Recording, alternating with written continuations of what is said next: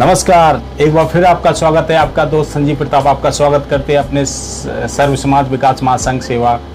और आज हम एक ऐसे सज्जन को लेकर आए आपके बीच में जो कि कश्यप समाज के बहुत नए युवक और उभरे हुए जागरूक समाज सेवक जो आज हमारे बीच में, उनसे आपको रूबरू कराने वाले हैं। वो उनका सब कुछ बताने से पहले हम क्यों ना हम चाहें कि हम उनके मुख से सुनेंगे। तो आज हमारे प्रोग्राम में शुरुआत में हम स्वागत करते हैं सुभाष चंद्र कश्यप जी का। सुभाष चंद्र जी, आपका स्वागत है हमारे प्रोग्राम में। बहुत बहुत धन्यवाद संजीव जी। जी सुभाष जी, हम जानना चाहते हैं आपसे, आपने इस सर्व समाज विकास महासंघ बनाने की आपको क्यों जरूरत पड़ी? कई सारे ग्रुप है अपने समाज के, तो आपको इसको क्या, आपके मन में ऐसा क्या आया कि हम इसको शुरुआत किया जाए इस संघ को बनाने की? देखिए संजीव जी, सर्व समाज विकास महासंघ जैसे कि आपको नाम से ही प्रदर्शित हो रहा है कि सभी को साथ में लेके चलने वाला एक संगठन, जो कि हर गरीब की, हर शोषित की, हर पीड़ित की, जिनके अधिकारों का हनन आज इस देश में हो रहा है,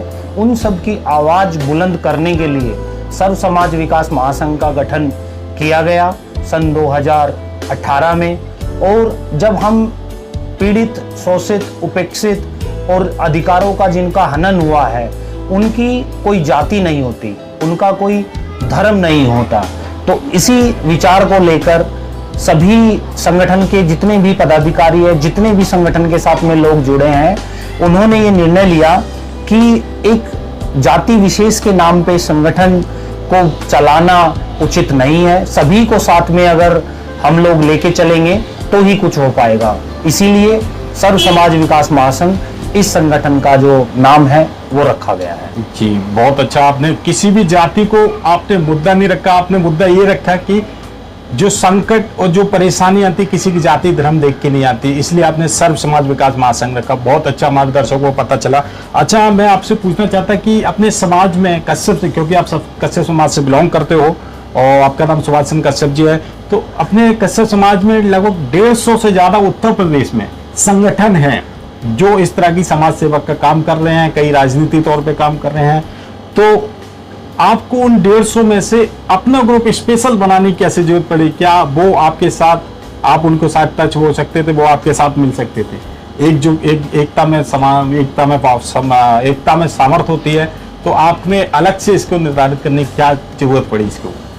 देखिए, आज अकेले उत्तर प्रदेश में कम से कम 150 के आसपास कश्यप समाज, निषाद समाज, मल्लाह समाज, केवट, बिंद आदि जितनी भी उपजातियां हैं, उन सभी जातियों के नामों से संगठन चल रहे हैं। और उन सभी का उद्देश्य समाज में जागरूकता फैलाना, समाज में जो कुरीतियां हैं उनको दूर करना। कहीं ना कहीं वो सभी संगठन अपने लेवल पे बहुत ही अच्छा काम कर रहे हैं। लेकिन जैसा कि मैंने आपको बताया, सर्व समाज विकास महासंघ किसी भी, अगर जाति विशेष की बात करें या व्यक्ति विशेष की बात करें, तो हम कहीं ना कहीं अपने आप को एक लिमिटेड, एक सीमा के दायरे में हम महसूस पाते हैं। लेकिन जब हम सर्व समाज की बात करते हैं तो हमारा जो दायरा है वो खुल जाता है, वो बहुत व्यापक हो जाता है। तो उस दायरे को, उन सीमाओं को तोड़ते हुए सभी का साथ लेकर सभी के अधिकारों को सुरक्षित करना, किसी भी पीड़ित की, गरीब की मदद करना, ये जाति विशेष के नाम पे ना करके सर्व समाज विकास महासंघ का गठन हुआ है। और जितने भी अपने समाज के, कश्यप समाज के जितने भी संगठन है, उन सभी का सहयोग सर्व समाज विकास महासंघ को मिल रहा है। और सभी लोग इस बात से आज इत्तेफाक रखते हैं कि अगर समाज को राजनीतिक रूप से या किसी भी क्षेत्र में बढ़ाना है तो हमें कहीं ना कहीं ये सीमाएं तोड़नी पड़ेगी। एकता, मतलब सर्व समाज एक साथ, हम हर समाज को अपने साथ में लेके चलेंगे। जैसे हम अपने लोग हैं वैसे वो भी हमारे साथ में है। अगर हमें कुछ ग्रोथ करनी है तो अपनी इस जातिवाद से हमें थोड़ा ऊपर उठ के देखना चाहिए, सबको लेके चलना चाहिए। इसी तरह के आपकी हैं? बिल्कुल सर, बिल्कुल। अच्छा, दूसरा है कि वो लोग भी काम करते हैं और जो अपने 150 ग्रुप हैं, 150 संगठन है, ये भी काम करते हैं। तो आपका और इनका कार्य करने का अलग, जैसे आपने बताया कि हम सभी को एक साथ लेके चलते हैं, तो और इसमें क्या आप बताना चाहते हैं, किस तरह का आपका काम है इसमें? देखिए सर, मैं एक लाइव एग्जांपल आपको देना चाहता हूँ। जी।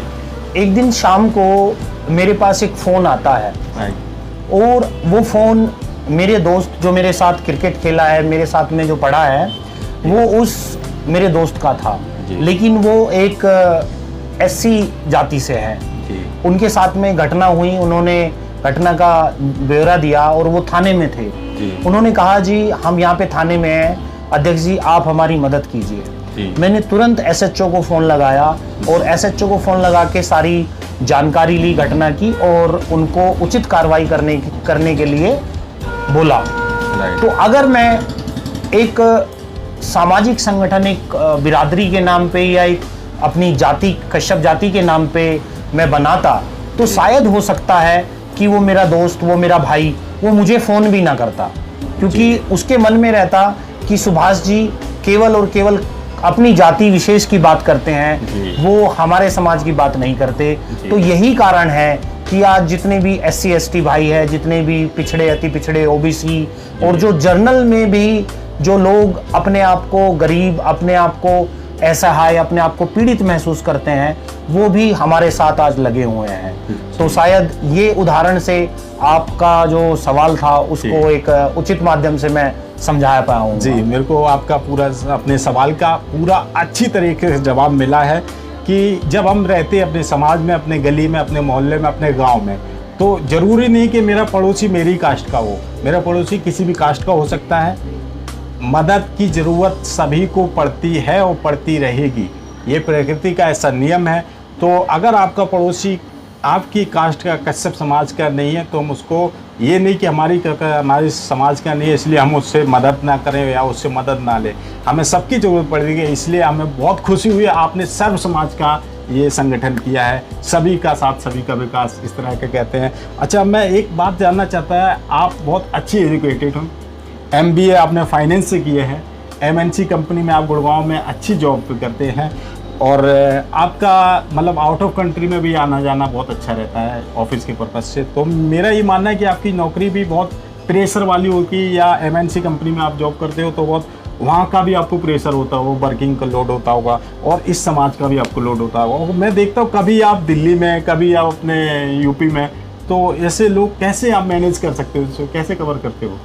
देखिए संजीव जी, मैं आपको बता दूं कि मैं गांव बिजवाड़ा, जिला बागपत, यूपी में पड़ता है मेरा गांव जी। और वहीं के इंटर कॉलेज से मैंने PCM से 12वीं पास किया जी। उसके बाद में मैंने BCom किया, MBA किया और पिछले 10 साल से मैं गुड़गांव में वर्किंग हूँ जी।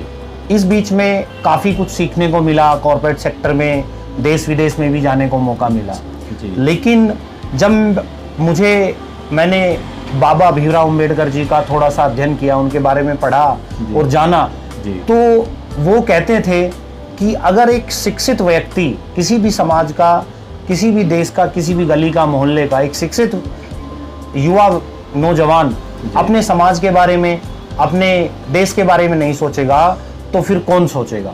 तो वहीं से मुझे प्रेरणा मिली कि समाज में भी कुछ कार्य मुझे करना चाहिए। और जैसे कि आप देख रहे हैं कि कभी मैं यहाँ रहता हूँ, कभी मैं वहाँ रहता हूँ, तो इस पे भी मुझे एक बाबा भीमराव अम्बेडकर जी का ही उदाहरण आ रहा है। एक बार रात को बाबा भीमराव अम्बेडकर जी सुबह 3 बजे तक अपने आवास पर लाइट जला के कुछ पढ़ाई कर रहे थे या कुछ चिंतन मंथन कर रहे थे। तो जो संतरी थे, जो पहरेदार थे, वो आए और उन्होंने पूछा कि बाबा भीमराव जी आप इतनी रात तक क्यों जगे हो, आप क्यों नहीं सो जाते जी। तो बड़ी सहनशीलता से उन्होंने जवाब दिया था कि मेरा समाज सो रहा है इसीलिए मैं जग रहा हूँ। तो देखिए, मैं आज कहना चाहता हूँ कि जितने भी शोषित, पीड़ित, दलित और जिनके अधिकारों का हनन हो रहा है, वो लोग आवाज़ अपनी बुलंद करें, वो लोग अपनी विचारधारा को बदलें। आज स्वतंत्र देश है, किसी प्रकार की कोई दिक्कत नहीं है, अपने अधिकारों की आवाज़ उठाएं और उन सब लोगों के लिए, उन सब पीड़ितों के लिए ये जो आना जाना, कभी गांव में कभी शहर में, ये कोई बड़ा विषय नहीं है जी। ये मेरे लिए कोई बड़ा विषय नहीं है जी, क्योंकि मुझे जो काम करना है मैं वो करके रहूँगा। राइट। और हमारी भी और हमारे ग्रुप के हर एक मेंबर की तरफ से जितने दर्शक हमें देख रहे इन सब की तरफ से आपको दिल से दुआएं हैं कि आप हमेशा सक्सेस और ऊपर की ओर चलते चले जाएं। और मेरे को आपकी बहुत अच्छी एक बात लगी कि आपने अम्बेडकर जी से सीखा, उनकी प्रेरणा। और आपका ये मैंने जितना आपके बारे में जाना, मैंने ये जाना कि आप सबकी सुनते हैं और जो उनसे अच्छा लगे उसको आप अपने जीवन में लेने की कोशिश करते हैं। कई लोग मैंने कसे समाज के देखे जो कहते नहीं हम अम्बेडकर को नहीं चुनेंगे, अम्बेडकर जी सिर्फ एससी वालों के हैं। तो आपने क्योंकि इस मुहिम की शुरुआत की है सर्व समाज विकास महासंघ, तो वो भी अपने हैं, एससी भी अपने हैं, कुमार कश्यप समाज भी अपना है। तो इसके लिए आपका बहुत धन्यवाद कि आपने ये सोचा कि हमारा समाज सो रहा है और मैं कैसे जाग सकता। क्या ये जागरूकता इस तरह का बोझ आपके अंदर में आया इसलिए आपने इस संगठन को स्टार्ट किया? जी बिल्कुल, इसीलिए मैंने और हम सब लोगों ने, मेरे जैसे जितने भी संगठन में कार्यकर्ता जुड़े हैं जी। मैं भी एक कार्यकर्ता के रूप में कार्य कर रहा हूँ। हालांकि कंधों पे जिम्मेदारी बड़ी दी है राष्ट्रीय अध्यक्ष की, लेकिन मैं समझता हूँ कि अपने अपने कार्य को सभी लोग अगर पूरा करेंगे तो संगठन बहुत तेजी से गति करेगा और जो कि कर रहा है। जी, मैंने भी देखा है जगह जगह आपकी इस लॉकडाउन के बीच में, अभी लॉकडाउन था, लोगों को आने जाने में काफ़ी परेशानी सामना कर, लेकिन आपको देखा सोशल मीडिया पे, आपको देखा मैंने, तो आप कहीं किसी गांव में, कभी किसी गांव में लोगों के बीच में बाकायदा सोशल डिस्टेंसिंग का पालन करते हुए और अपनी सुरक्षा का पालन करते हुए कोरोना से बचाव के साथ में आपने लोगों के बीच में संबोधित किया, लोगों को जागरूक किया। और मैं इस बात का गवाह हूँ, मैंने देखा। अगर आपको भी हमारे सुभाष चंद्र कश्यप जी के बारे में और जानना है, इनके बारे में, इनके किस तरह का कार्य करते हैं, तो आप इनके फेसबुक पर जुड़ सकते हो। हम इनका लिंक डिस्क्रिप्शन में दे देंगे, आप इनके साथ टच हो सकते हो, इनके प्रोफाइल में देख सकते हो, इनके साथ आप जुड़ सकते हो।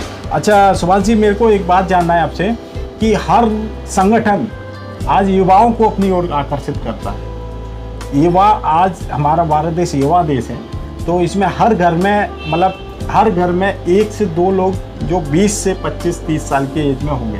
तो युवाओं को आपके लिए क्या संदेश है? आप युवाओं को अपने साथ कैसे जोड़ना चाहते हैं? देखिए संजीव जी, जैसा आपने बताया और ये वाकई में ही 100% सत्य है कि आज भारत देश एक युवा देश है।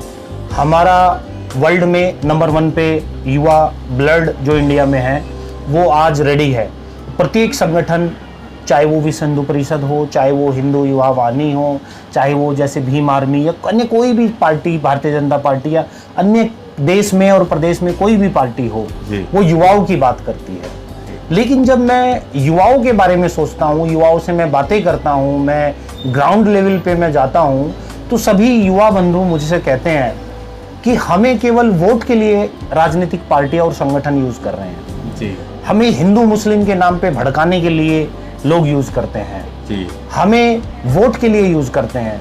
लेकिन मैं आज आपके चैनल के माध्यम से ये पूछना चाहता हूं सभी पार्टियों से, क्या कितने % युवाओं को आपने भागीदारी दी? कितने % एमपीज को आपने युवाओं के हाथ में कमान दी? कितने % आपने एमएलए के टिकट युवाओं को दिए? और कितने % आपने ऐसे युवाओं को दिए जिनका राजनीतिक कोई बैकग्राउंड नहीं है? एक एमएलए के बेटे को आपने टिकट दे दिया, एक एमपी के बेटे को आपने टिकट दे दिया क्योंकि वो युवा है। लेकिन उस युवा का क्या जो 16 साल से आपकी पार्टी के लिए कार्य कर रहा है, आपके झंडे उठा रहा है, आपकी जय जयकार कर रहा है, जब वो पार्टी से डिमांड करता है तो ऐसे कितने युवाओं को आप टिकट देते हो? तो सभी पार्टियों से मेरा हाथ जोड़कर निवेदन है कि युवाओं की अगर बात करनी है तो कम से कम 10% ऐसी सीटें आप अपनी पार्टी में दें कि जिनका कोई राजनीतिक बैकग्राउंड ना हो, कार्य के आधार पे युवाओं को आगे लाने का काम करेंगे तो मैं समझता हूं कि बेहतर होगा। प्लस इस देश में रोजगार की बात नहीं होती जी। इस देश में शिक्षा की बात नहीं होती, इस देश में जो स्वास्थ्य विभाग है उसकी नहीं होती बात। आज गांव गली में इतने युवा बेरोजगार हैं तो उनकी बात जब नहीं होती तो मुझे बड़ा दुख होता है जी। तो युवाओं से खासकर मेरी अपील है, आप किसी भी संगठन से जुड़े, किसी भी पार्टी से जुड़े, उनका सबसे पहले निष्कर्ष कर ले कि उनकी नीति और नियति में कोई अंतर तो नहीं है।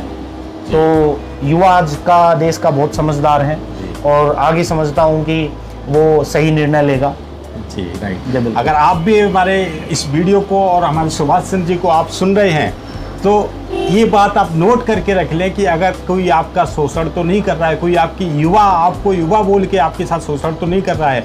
आप किसी भी, सुभाष चंद्र जी का साफ कहना है, आप किसी भी संगठन में रहें लेकिन अपने आप को परखें, अपने जिसके साथ आप जुड़े हो उसको जरूर परखें, कहीं आपका शोषण ना हो रहा हो। और युवाओं की आपने बात की, आपने कहा और संगठन नहीं देते, लोगों को मौका नहीं देते युवाओं को, तो मैं आपसे जानना चाहता हूँ, आप अपने इसमें कि कोई आपसे जुड़ना चाहता है, जैसे कोई आपके संगठन में जुड़ना चाहता है तो आपको किस तरह, उसको क्या पदवी देंगे, उसको किस तरह वेलकम सबसे करेंगे? पहले मैं आपको बता देना चाहता हूँ, जो भी भाई, जो भी युवा, समाज का कोई भी व्यक्ति, सर्व समाज विकास महासंघ किसी भी जाति, किसी भी धर्म को फेवर नहीं करता।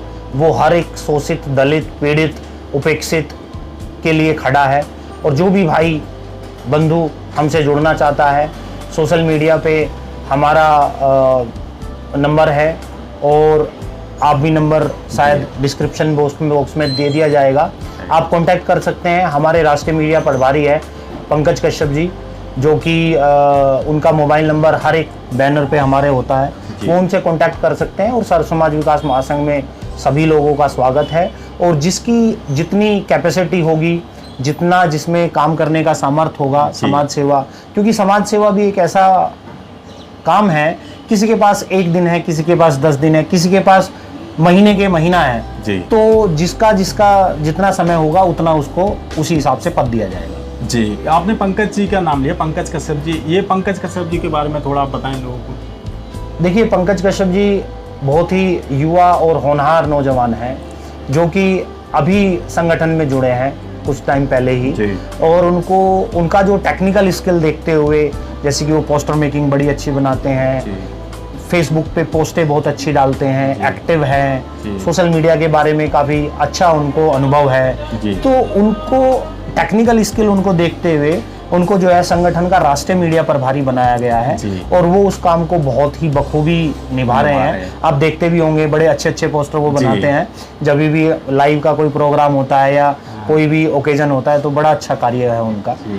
तो इसी तरह पंकज कश्यप जी इस संगठन में जुड़े हैं, उनका कार्य है कि वो समाज सेवा के साथ साथ अपना इस संगठन के लिए हर तरह का प्रचार के लिए, एडवर्टाइजमेंट के लिए पोस्टर बनाते हैं लोग क्या, और नए कुछ भी, मतलब संगठन को आपके सामने पेश करने के लिए एक ऐसा पोस्टर टाइप का बनाते हैं जो राष्ट्रीय मीडिया प्रभारी के तौर पर उनको आपने संगठन में रखा है। अगर आपके पास भी कुछ ऐसा हुनर है जो आप समाज के लिए करना चाहते हो, इस संगठन के लिए करना चाहते हो, तो आप जरूर अपने सुभाष कश्यप जी से जरूर संपर्क करें। इनका नंबर, इनका पूरा डिटेल आपको इस वीडियो में और नीचे डिस्क्रिप्शन में लिंक में दे दिया जाएगा। आप उसके थ्रू सुभाष चंद्र जी से डायरेक्ट बात कर सकते हैं। आपसे अच्छा डायरेक्ट बात कर सकते हैं? हाँ जी, बिल्कुल बिल्कुल, कोई दिक्कत जी, की आप बात डायरेक्ट नहीं बात है। कर सकते हैं। सर का नंबर 24/7 अवेलेबल है। जी, यही सेवा है, यही सब समाज विकास महासंघ है।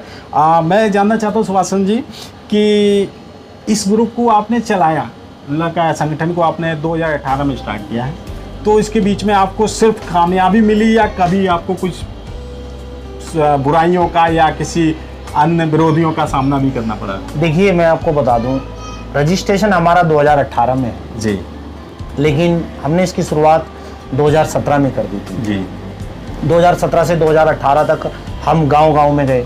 हमने 1 गांव का, 10 गांव का, 20 गांव का, हमने 27 गांव की पंचायत करके 2018 के स्टार्टिंग में ही इसकी नींव रखी थी।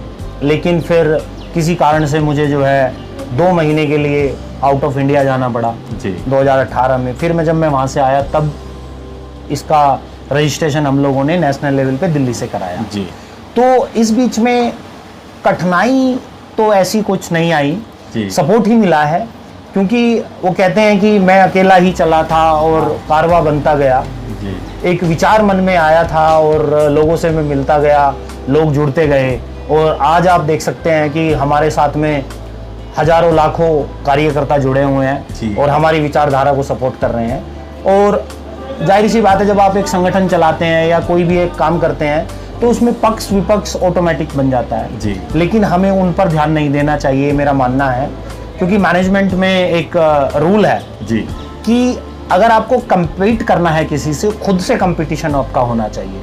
जी आज संगठन कहाँ है और अगले 2 महीने में मुझे संगठन में क्या कार्य करना है, संगठन को ऊपर उठाना है, ये मेरा उद्देश्य होना चाहिए, ना कि किसी को दूसरा क्या कर रहा है और वो क्या सोचता है। जी। ये मेरा विषय नहीं है। Actually, मेरा विषय ये है कि जब 2017 में मैं अकेला पहली में मीटिंग की बात बताऊं आपको, कुल 10-12 लोगों का मीटिंग हुआ था जब जी। पहली मैं मीटिंग के लिए किसी गांव में गया था। जी और खुद मैं घर में से लोगों को, युवाओं को बुला के मीटिंग करी थी। जी। लेकिन आज इतना प्यार, जनता का इतना प्यार मिला है, समाज का, सब समाज का, अपने समाज का, सर्व समाज का इतना साथ है कि जब मीटिंग कोई तय होती है तो फेसबुक पर भी हजारों लोग देखते हैं और जी। गांव गली में भी 400, 500, 1000, 2000 जैसा प्रोग्राम होता है ऐसा Right. पूरा सहयोग मिलता है।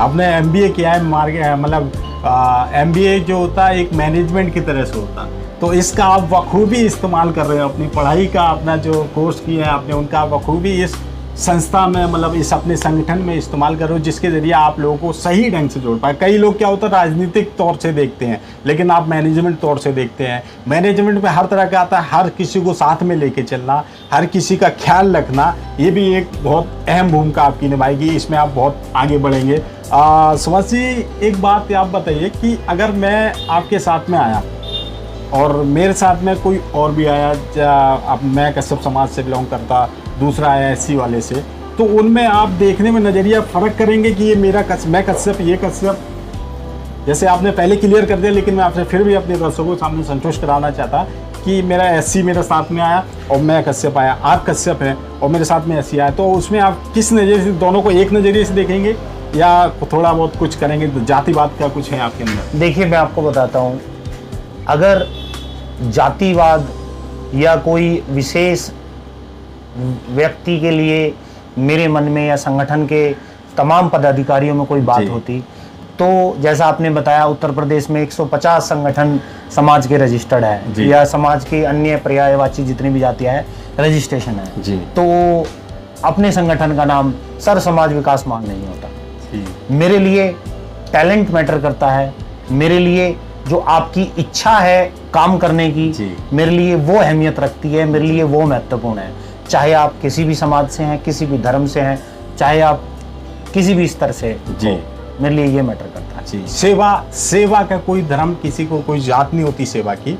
और ये बहुत अच्छा इस संगठन का एक रूल है कि सुभाष चंद्र जी ने इसकी नींव रखी है, वो इस तरह से रखी, हम जातिवाद और धर्म का नहीं करेंगे, हम सिर्फ सेवा करेंगे, क्योंकि हमारा सर्व समाज विकास महासंघ है।